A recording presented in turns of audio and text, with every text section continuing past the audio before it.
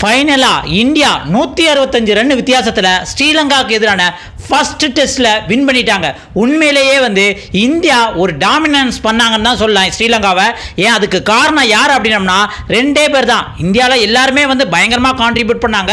எல்லாத்துக்குமே அந்த கிரெடிட்ஸ் போய் தான் சேரும். ஆனால் இருந்தாலும் எக்ஸ்பீரியன்ஸ் இல்லாத தேவ்தத் படிக்கலோ இருந்தாலும் சரி, பேட்டிங்கில் அருமையாக ஃபர்ஸ்ட் இன்னிங்ஸில் ஒரு 167 ரன்னும் செகண்ட் இன்னிங்ஸில் 44 ரன்னும் அடித்து பிளேயர் ஆஃப் த மேட்சே வாங்கியிருக்காப்புல. அவர் கான்ட்ரிபியூஷன் வேற லெவலு. அதனால தான் இந்தியா கொஞ்சம் தடுமாற்றம் இல்லாமல் பேட்டிங் சைடு நல்ல ஒரு ஸ்கோரை கொடுக்க முடிஞ்சது. அதே மாதிரி பவுலிங்கில் மானவ் சுதாரை பாராட்டியே ஆகணும். ஆப்கானிஸ்தானுக்கு எதிராக எப்படி அழகா விக்கெட் எடுத்து கொடுத்தாப்புலையோ அதே மாதிரி ஸ்ரீலங்காவுக்கு எதிரான இந்த ஃபர்ஸ்ட் டெஸ்ட் மேட்ச்ல ஒரு குரூசியலான WTCக்கான மேட்ச்ல 10 விக்கெட் எடுத்து கொடுத்துருக்காப்புல.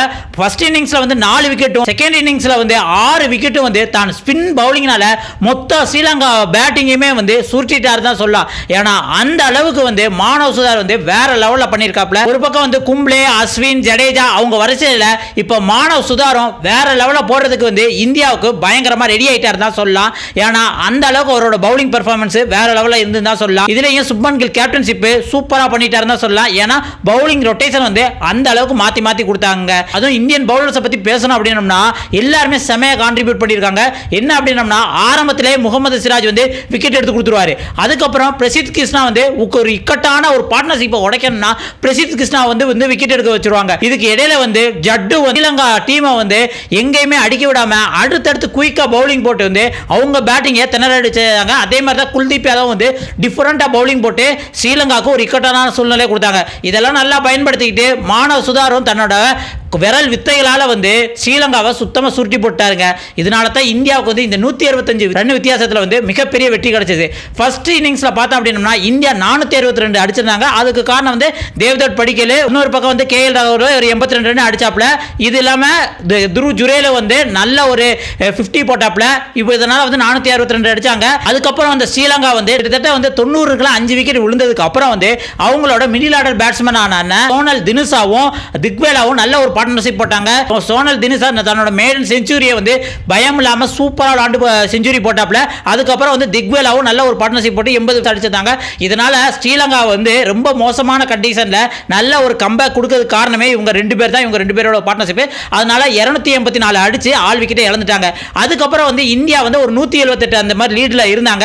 சரி, ஒரு 200க்கு 250 அடிச்சிருந்தா இந்தியா நல்ல ஒரு வின்னிங் வாய்ப்பு இருக்கு அப்படின்னு பார்த்தோம்னா ஸ்ரீலங்கா பவுலர்ஸும் முக்கியமா ஜெயசூர்யா ஃபர்ஸ்ட் இன்னிங்ஸ்ல 4 விக்கெட் எடுத்தாலும் செகண்ட் இன்னிங்ஸ்ல 3 விக்கெட் எடுத்தாப்ல. அதுக்கப்புறம் பெர்னாண்டோ 4 விக்கெட் எடுத்துட்டாப்ல. இதனால இந்தியன் பேட்ஸ்மேன் பயங்கரமா திணறினாங்க. 193 ஆல் அவுட் ஆயிட்டாங்க. அதுலயும் 3 பேட்ஸ்மேன், அதுவும் நம்ம ரிஷப் பந்த் செம்மையா ஆடினாப்ல. ஒரு 66 ரன் ஃபர்ஸ்ட் இன்னிங்ஸ்ல ஒரு 35 ரன் அந்த மாதிரி அடிச்சிருந்தாப்ல. செகண்ட் இன்னிங்ஸ்ல 66 ரன் ஒரு இக்கட்டான சூழலில் இந்தியாவை காப்பாற்றி கொடுத்துட்டாருன்னு தான் சொல்லலாம். அதே மாதிரி தேவ்தத் படிக்கல் ஒரு 44 ரன்னும் KL ராகுல் ஒரு 35 ரன் அடிச்சாங்க. அதுக்கப்புறம் யாருமே ஆடல, முக்காவாசி சிங்கிள் டிஜிட்ல அவுட் ஆயிட்டு போயிட்டாங்க. 193க்குலாம் இந்தியா சொன்னுச்சு. இதனால இந்தியா 372 அப்படின்ட்டு ஸ்ரீலங்காவுக்கு டார்கெட் கொடுத்தாலும் 1.5 நாள் இருந்தது. ஸ்ரீலங்கா நினைச்சிருந்தாங்கன்னா நின்று நிதானமா ஆடி இருக்கலாம். ஆனா அவங்க அடிக்கணும்னு நினைச்சு பயங்கரமா விளையாட ட்ரை பண்ணி நம்ம இந்தியன் பவுலர்ஸ் பயங்கரமா சுருண்டுட்டாங்க. ஏன் அப்படின்னா 1.5 நாள் இருக்கையில முதல் நாள் ஈவினிங்கே 84க்கெல்லாம் 4 விக்கெட் விழுந்துருச்சு. அதுக்கப்புறம் எங்க ஆட அப்படின்னு பார்த்தோம்னா கேப்டன் தனஜயாவும் சோனல் தினுசா செகண்ட் இன்னிங்ஸ்ல ஒரு 84 ரன் அடிச்சு பயங்கரமா ஒரு பார்ட்னர்ஷிப் கிரியேட் பண்ணாங்க. ரெண்டு பேருமே 50 போட்டாங்க.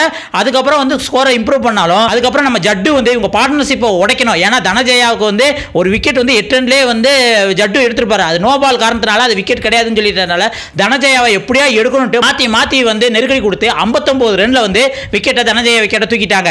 சரி, அதுக்கப்புறம் திக்வேல் அவர் ஃபர்ஸ்ட் இன்னிங்ஸ்ல 80க்கு மேல அடிச்சிருக்காரு. இந்த மேட்சை பார்ட்னர்ஷிப் நின்றுவாங்க அப்படின்னு பார்த்தா அப்படின்னா அந்த இடத்துல தான் நம்ம SSG ஜெய்ஸ்வால் பேட்டிங்ல பயங்கரமா காப்பிட்டாலும் தன்னோட டேலண்ட், அதாவது வாய் திறமையினால எப்பா நீ தான் அப்படி அடிப்பல இப்படி அடிப்பல நல்ல உசிப்பேத்தி விட்டு திக்வேல் அடிக்க ட்ரை பண்ணி பந்துட்ட டேரக்டாக கேட்ச் ஆகிட்டு திக்வேலாவும் வந்து 10 ரன்ல அவுட் ஆகிட்டு போயிட்டாப்ல. ஒரு பக்கம் சோனால் தினுசாதா வந்து ஒன் சைடாக நின்று போராடி இருந்தாரு, அவரு 84 ரன்ல அவுட் ஆயிட்டாங்க. இதனால ஸ்ரீலங்கா வந்து 206 வந்து செகண்ட் இன்னிங்ஸா ஃபுல்லா ஆல் அவுட் ஆயிட்டாங்க. இதனால இந்தியா வந்து 165 ரன் அப்படின்றது அபாரமான வெற்றி பெற்றுட்டாங்க. ஆனா அந்த WTC சர்க்கிளுக்கு இந்த வெற்றி போதுமா அப்படின்னு கேட்டனா போதாது. ஏன்னா அடுத்து வர 8 டெஸ்ட் மேட்ச்ல 6 டெஸ்ட் மேட்ச் வின் பண்ணாதான் இந்தியாவுக்கு வாய்ப்பு இருக்கு. ஏன்னா வந்து அடுத்து வர செகண்ட் ஆகஸ்ட் 23ஆம் தேதி வந்து செகண்ட் டெஸ்ட்லயும் ஸ்ரீலங்கா கூட வின் பண்ணி ஆகணும். அடுத்து வந்து நியூசிலாந்து கூட 2 டெஸ்ட் மேட்ச் இருக்கு, அதுலயும் வின் பண்ணி ஆகணும். ஆஸ்திரேலியா கூட 5 டெஸ்ட் மேட்ச் இருக்கு. இதுல எல்லாத்துலயுமே வந்து முடிஞ்ச அளவுக்கு வந்து வின் பண்ணா தான் வந்து இந்தியாவுக்கு எளிதா வந்து WTC ஃபைனலுக்கு போறதுக்கான வாய்ப்பு இருக்கு. இல்லனா அடுத்த வருஷம் நடக்க போற WTC ஃபைனல்ல இந்தியா வந்து இருக்கிறது ரொம்ப சிரமம் தான் அப்படிங்கிற மாதிரி தான் நம்மளுக்கு தோணுது. இருந்தாலும் வந்து ஸ்ரீலங்காவுக்கு எதிரான இந்த முதல் வெற்றியை வந்து நம்ம கொண்டாடியே ஆகணும். அதனால நம்ம யங் டெஸ்ட் இந்தியன் டீமுக்கு வந்து ஒரு வாழ்த்துக்கள் சொல்லிடலாம். உங்களோட வாழ்த்துக்களை மறக்காம கமெண்ட்ஸ்ல சொல்லுங்க. அடுத்து ஒரு இதே மாதிரி கிரிக்கெட் சம்பந்தமான ஒரு சூப்பரான வீடியோல சந்திக்கலாம். இப்போதைக்கு உங்கள்கிட்ட விடைபெறுவது உங்கள் வாசன். நன்றி, வணக்கம் மக்களே.